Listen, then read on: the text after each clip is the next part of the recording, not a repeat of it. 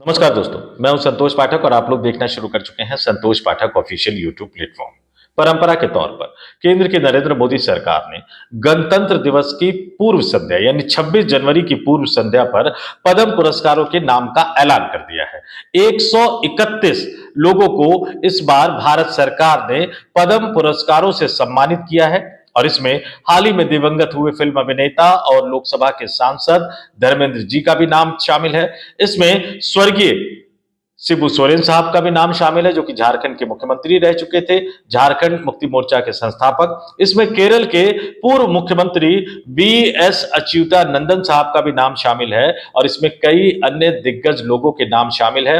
इस देश में रहने वाले लोगों की भी, कई विदेश में रहने वाले लोगों को भी दिया गया है और कई विदेशियों को भी इस पद्म पुरस्कार से सम्मानित किया गया है। मैं सीधे और स्पष्ट तौर पर आपको बता दूं कि ये तमाम लोग, जिन 131 लोगों को ये पुरस्कार दिया गया है, ये तमाम लोग इस सम्मान के हकदार हैं और इनको पुरस्कार दिए जाने का मैं समर्थन करता हूं, स्वागत करता हूं। लेकिन असली कहानी ये नहीं है।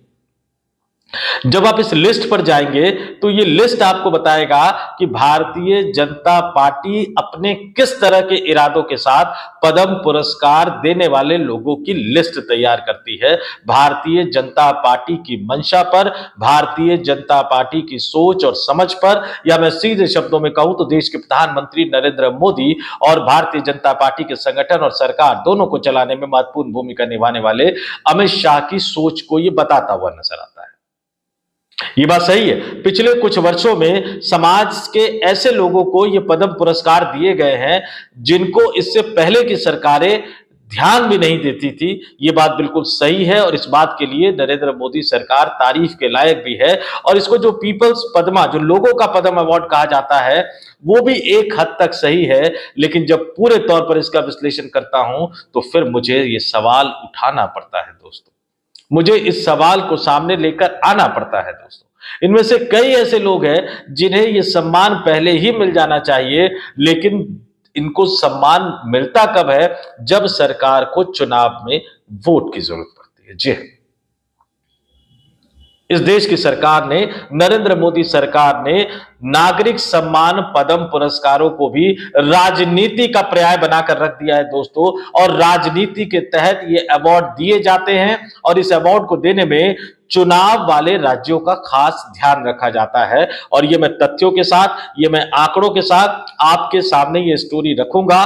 कुल कितने पुरस्कार दिए गए और किन किन को दिए गए, ये भी जानना आपके लिए बहुत दिलचस्प है। तो पहले जरा मैं वो पुरस्कार बता देता हूं जो केंद्र सरकार ने बाकायदा अपना जो एक ऑर्डर, जो प्रेस रिलीज जारी किया है, उसके बारे में जानकारी देते हुए बता देता हूं। मैं उन नामों को आपके सामने रख देता हूं और फिर मैं आपको बताऊंगा कि चुनाव, मोदी और अमित शाह की मंशा और पद्म पुरस्कारों का राजनीतिकरण, ये बहुत ही मैं इसको क्या कहूं, शब्द नहीं है मेरे पास कहने के लिए कि हर समय 24 घंटे सातों दिन चुनाव चुनाव चुनाव, हर फैसला आप चुनाव के लिए करेंगे।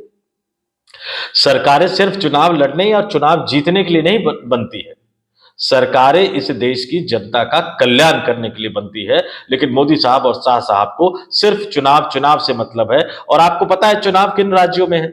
लेकिन इससे पहले जरा मैं पद्म पुरस्कारों का जिक्र कर देता हूं। ये जो बताया गया है मिनिस्ट्री ऑफ होम अफेयर्स का जो प्रेस नोट है कि Padma awards, one of the highest civilian awards of the country, are conferred in 3 categories, जिसमें पद्म विभूषण है, जिसमें पद्म भूषण है, जिसमें पद्मश्री है। और ये जो अवार्ड है ये राष्ट्रपति द्वारा जो है एक सेरेमोनियल फंक्शन में जो दिए जाएंगे, ये मार्च अप्रैल के आसपास ये दिया जाएगा। और 2026 के लिए जो पद्मा अवार्ड घोषित किए गए हैं, जो 131 लोगों को दिए गए हैं, उसमें यह भी बताया गया है कि इसमें 5 लोगों को पद्म विभूषण दिया गया है, इसमें 13 लोगों को पद्म भूषण दिया गया है और 113 लोगों को पद्मश्री अवार्ड दिया गया है। 19 of the awardees are women, 19 जो है वो महिलाएं हैं। And the list also includes 6 persons from the category of foreigners, NRI, PIO, OCI. यानी इसमें जो है वो 6 लोग जो फॉरेनर और एनआरआई और पीआईओ या ओसीआई कैटेगरी से आते हैं वो भी दिए गए और 16 लोगों को ये जो सम्मानित किया गया है वो मरणोपरांत सम्मानित किया गया है। कुछ नाम मैं आपके सामने रख देता हूं। पद्म भूषण, पद्म विभूषण पद्म विभूषण से धर्मेंद्र साहब को सम्मानित किया गया है, अभी हाल ही में उनका निधन हुआ था। केटी थॉमस साहब को, एन राजन साहब को, पी नारायणन साहब को, और केरल के जो मुख्यमंत्री रहे, लेफ्ट फ्रंट के बड़े दिग्गज नेता माने जाते हैं, उनको भी मरणोपरांत इस पुरस्कार से यानी पद्म विभूषण पुरस्कार से सम्मानित किया गया है वी एस अच्युतानंदन साहब। उसके बाद जो 13 पुरस्कार जो है, जो पद्म भूषण है, उसमें भी नाम मैं आपको बता देता हूं। अलका याग्निक है, भगत सिंह कोश्यारी है, ये उत्तराखंड में बीजेपी के मुख्यमंत्री रहे हैं और महाराष्ट्र के राज्यपाल रहे थे। बिल्कुल सुबह सुबह शपथ दिलाने वाले बहुत ही प्रसिद्ध आदमी। आप जानेंगे, सर्च करेंगे तो देख लेंगे कि भगत सिंह कोश्यारी कौन है। इसके बाद के रामास्वामी पलानी स्वामी है, ममूटी साहब है, नूरी दत्तात्रेय जी है, पीयूष पांडे जी है। इन तमाम लोगों, शिबू सोरेन साहब को भी मरणोपरांत दिया गया है, उदय कोटक और वी के मल्होत्रा साहब, ये बीजेपी के नेता हैं, इनको भी मरणोपरांत दिया गया है। लंबे समय तक इन्होंने बीजेपी को की राजनीति की है, दिल्ली में भारतीय जनता पार्टी की जमीन को मजबूत किया है उन्होंने। विजय अमृतराज साहब को भी दिया गया है। और इसके बाद जो पद्मश्री अवार्ड है, वो 113 लोगों को ये पद्मश्री अवार्ड दिया गया है। पूरी लिस्ट जो है वो केंद्र सरकार ने साझा की है, होम मिनिस्ट्री यानी गृह मंत्रालय ने इसको साझा किया है। और एक बात आपको बिल्कुल मानना पड़ेगा, देखिए कुछ बातें हमें मैं खुद मानता हूं कि कुछ बातों को हमें स्वीकार करना चाहिए, लेकिन जहां गलत है उस गलत बात को उठाना भी चाहिए। इन पद्म पुरस्कारों का ऐलान के साथ ही गृह मंत्री अमित शाह ने कुछ कहा, मैं उस पर आऊंगा, लेकिन जरा मैं अब राजनीति पे आता हूं। आप इसको ध्यान से सुनिएगा इस बात को। लेकिन इसके साथ मैं ये भी जोड़ना चाहता हूं कि जितने लोगों को ये पुरस्कार दिया गया वो सब इसके लायक थे, लेकिन इनमें से कई ऐसे थे जिनको पहले दिया जाना चाहिए, लेकिन चुनाव की बेला में आपको याद आती है 5 लोगों को पद्म विभूषण से सम्मानित किया गया है। इसमें केरल के पूर्व मुख्यमंत्री और लेफ्ट फ्रंट के दिग्गज नेता रहे वी एस अच्युतानंदन साहब भी हैं। इनको मरणोपरांत सम्मानित किया गया है और केरल में विधानसभा चुनाव है। और सिर्फ यही नहीं है, जिन 5 लोगों को पद्म विभूषण से सम्मानित किया गया है, उसमें से 3 जो हैं वो केरल से आते हैं दोस्तों। 5 लोगों को कुल सम्मानित किया गया और उसमें से 3 जो हैं वो केरल से आते हैं। यानी आप समझ लीजिए कि केरल में भारतीय जनता पार्टी को अपनी जमीन मजबूत करनी है। बहुत ज्यादा दिन रह नहीं गए हैं, मार्च अप्रैल में वहां विधानसभा का चुनाव होना है। ये वही टाइम फ्रेम रहेगा जब अवार्ड जो है वो राष्ट्रपति द्रौपदी मुर्मू देंगी। मरणोपरांत इनके परिवार को आमंत्रित किया जाएगा और उनको ये इस पुरस्कार से सम्मानित किया जाएगा। तो 5 में से 3 लोग केरल से हैं और 2 लोग आपको बता दूं, एक महाराष्ट्र से, धर्मेंद्र साहब महाराष्ट्र की से कैटेगरी में उनको रखा गया, मरणोपरांत उनको सम्मानित किया जा रहा है। और एक जो है वो उत्तर प्रदेश से है, बाकी 3 केरल से है, 5 में से 3 केरल से। समय वही होगा जो विधानसभा का चुनाव का समय होगा। आपको याद दिला दूं कि इससे पहले 2022 में भी बंगाल के मतदाताओं को प्रभावित करने के लिए पश्चिम बंगाल के पूर्व मुख्यमंत्री और लेफ्ट फ्रंट के एक बड़े दिग्गज नेता रहे बुद्धदेव भट्टाचार्य को भी पद्म विभूषण देने की घोषणा की गई थी, जिसे लेने से उन्होंने इंकार कर दिया था। अब यह सवाल उठ के सामने आ रहा है कि क्या यह पुरस्कार देने से पहले वी एस अच्युतानंदन साहब के परिवार से सहमति ली गई थी, संपर्क किया गया था, और क्या इनका परिवार इस पुरस्कार को स्वीकार करेगा, ये जानते हुए भी कि जानबूझकर मोदी सरकार इस टाइम पर उनको इस पुरस्कार से मरणोपरांत सम्मानित कर रही है ताकि केरल में होने वाले विधानसभा चुनाव में इसका फायदा उठाया जा सके। इस पर हमें आने वाले दिनों में निगाहें बनाई रखनी होंगी। अब दूसरा आ जाइए, पद्म भूषण 13 लोगों को दिया गया है। पद्म भूषण 13 लोगों को दिया गया है, जिसमें से 2 केरल के हैं और 2 तमिलनाडु के हैं। तमिलनाडु में भी विधानसभा का चुनाव आना है। अब पद्मश्री अवार्ड आ जाइए, 113 लोगों को दिया गया है, जिसमें केरल के 3, तमिलनाडु के 11 लोगों को पद्मश्री से सम्मानित किया गया है और तमिलनाडु में भी विधानसभा चुनाव है। असम के 5 लोगों को सम्मानित किया गया है, असम में भी विधानसभा चुनाव है। पश्चिम बंगाल के 11 लोगों को सम्मानित किया गया है, वहां भी विधानसभा चुनाव है। और मैं इसको टोटल टैली आप कर देता हूं, आप इस देश के राज्यों के साथ, इस देश में जितने यूटी है, जरा इनसे गणना करके देखिएगा कि केरल को, ये जो कुल मिलाकर 131 अवार्डों की घोषणा की गई है, केरल को 8 गए हैं, तमिलनाडु को कुल मिलाकर 13 गए हैं, असम को कुल मिलाकर 5 गए हैं, पश्चिम बंगाल को कुल मिलाकर 11 गए हैं, और ये चारों राज्यों को मिलाकर देखा जाए तो 37 गए हैं, और 131 में से 37 का आंकड़ा निकालिए तो ये 28% से ज्यादा बैठता है। यानी 28% से ज्यादा पुरस्कार सिर्फ इन्हीं 4 राज्यों को दे दिया गया है। और इससे क्या साबित होता है, मैं फिर जोड़ देता हूं, जिन लोगों को दिया गया वो इस सम्मान के हकदार है, लेकिन मोदी सरकार की आदत, उनके मंसूबे, उनका टारगेट, उनका लक्ष्य और सिर्फ चुनाव को देखते हुए ही हर फैसला करना, उस आदत को मैं बेनकाब कर रहा हूं कि 131 लोगों को जो पुरस्कार दिए गए हैं उसमें 28% से ज्यादा पुरस्कार यानी 1/4 से ज्यादा पुरस्कार सिर्फ 4 राज्यों के लोगों को दे दिया गया है। और क्यों दे दिया गया है? क्योंकि उन 4 राज्यों में विधानसभा का चुनाव होना है, और ये बाकायदा ये गृह मंत्रालय की अपनी जो प्रेस रिलीज है वो बताती है, इसको मैं फिर से दोहरा देता हूं, गृह मंत्रालय की अपनी प्रेस रिलीज बताती है, these awards are conferred by the president of India at ceremonial function which are held at Rashtrapati Bhavan usually around March April every year. तो ये अवार्ड, ये पुरस्कार मार्च अप्रैल में जब दिया जा रहा होगा राष्ट्रपति भवन में, ये ठीक उसी समय होगा जब इन राज्यों में विधानसभा का चुनाव हो रहा होगा। तो हम क्यों ना माने कि मोदी साहब ने जानबूझकर चुनाव को देखते हुए फैसला किया। ये तमाम लोग लायक है, इन तमाम लोगों को पुरस्कार मिलने का सम्मान, लेकिन मोदी सरकार की जो आदत है उस आदत को लेकर तो क्या कहेंगे आप, ये आप खुद ही बता दीजिएगा। उत्तर प्रदेश में मुलायम सिंह यादव को जब देते हैं, बिहार में जब आप कर्पूरी ठाकुर को सम्मानित करते हैं, चुनाव से पहले ही आपको याद आती है, चुनाव से पहले ही आपको इस तरह से पद्म पुरस्कार बांटने की याद आती है।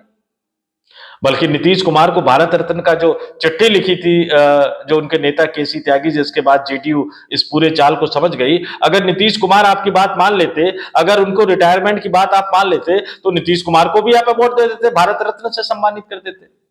यानी पद्म पुरस्कार जो देश के गौरव का प्रतीक होना चाहिए, प्रधानमंत्री नरेंद्र मोदी और उनके गृह मंत्री अमित शाह ने उन पद्म पुरस्कारों को भी राजनीति और चुनावी राजनीति का प्रतीक बनाकर रख दिया है, चुनावी राजनीति का पर्याय बना दिया है। जहां जहां चुनाव वहां अवार्ड बांटते हैं, और टाइमिंग ऐसी होती है जिसका फायदा चुनावों में उठाया जा सके।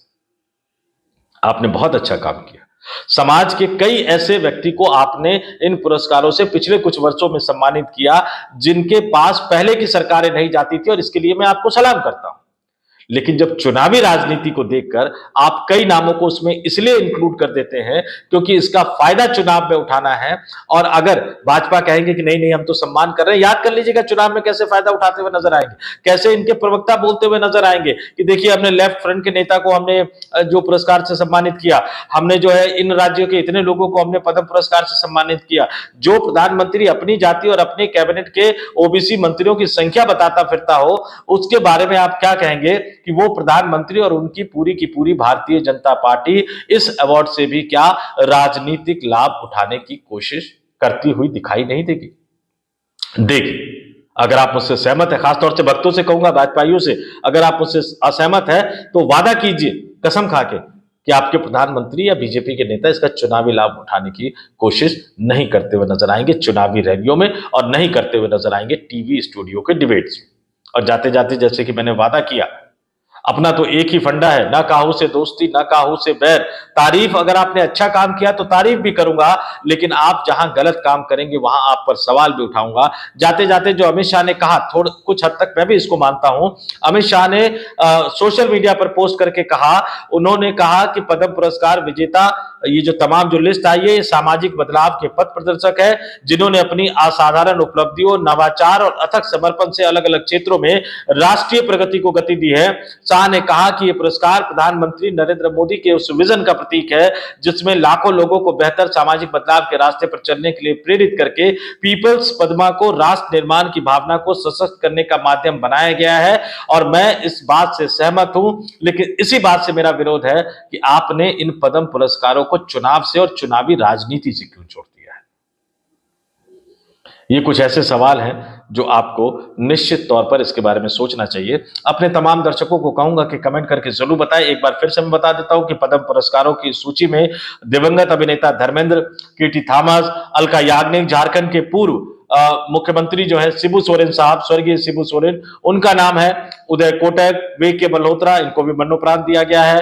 क्रिकेटर रोहित शर्मा और महिला क्रिकेटर हरमनप्रीत कौर जैसे दिग्गज नाम शामिल है जिनको पद्म पुरस्कारों से सम्मानित किया गया है। और इन तमाम लोगों को बधाई, और ये तमाम लोग जो हैं वो इस पुरस्कार के वाकई लायक हैं। आगे और बता दूं, पद्मश्री की लिस्ट में जो 113 नाम, मैंने एक रोहित शर्मा का नाम आपको बता दिया, महिला क्रिकेटर हरमनप्रीत कौर का नाम आपको बता दिया, इनके अलावा इसमें हॉकी खिलाड़ी सविता पुनिया भी है, अभिनेता सतीश झा को मरणोपरांत दिया गया है, एक्टर आर माधवन भी इस सूची में शामिल है। इन तमाम लोगों को सम्मानित किया गया है। ये तमाम लोग सम्मानित होने के लायक है। लेकिन मोदी जी और अमित शाह जी से एक ही अनुरोध करूंगा, पद्म पुरस्कारों को चुनावी राजनीति का माध्यम मत बनाइए। आपने इनको दे दिया, अच्छी बात है, लेकिन अब आपको ये सोचना चाहिए कि चुनावी राज्यों में जाकर आप इनका फायदा उठाने की कोशिश नहीं करेंगे। पद्म पुरस्कारों की एक गरिमा होती है, उस गरिमा को राजनीति के मैदान में घसीटने की कोशिश मत कीजिए। बस इतना ही कहूंगा, और अपने तमाम दर्शकों से कहूंगा कि कमेंट करके हमें जरूर बताएं कि इस स्टोरी को लेकर आपका क्या मानना है, और प्रधानमंत्री मोदी और अमित शाह और पूरी की पूरी भारतीय जनता पार्टी की सोच को लेकर आपका क्या मानना है। इस वीडियो में इतना ही। मुझे यानी संतोष पाठक को दीजिए इजाजत। आप तमाम लोग देखते रहिए संतोष पाठक ऑफिशियल यूट्यूब प्लेटफॉर्म। हाँ, सब्सक्राइब करना मत भूलिएगा। अगर आप सब्सक्राइब कर चुके हैं तो मेंबर के तौर पर ज्वाइन करना मत भूलिएगा। बहुत ज्यादा राशि इसमें लगती नहीं है, लेकिन किसी भी तरह से आप हमारे साथ जरूर बने रहिएगा। बहुत बहुत धन्यवाद, आभार, नमस्कार।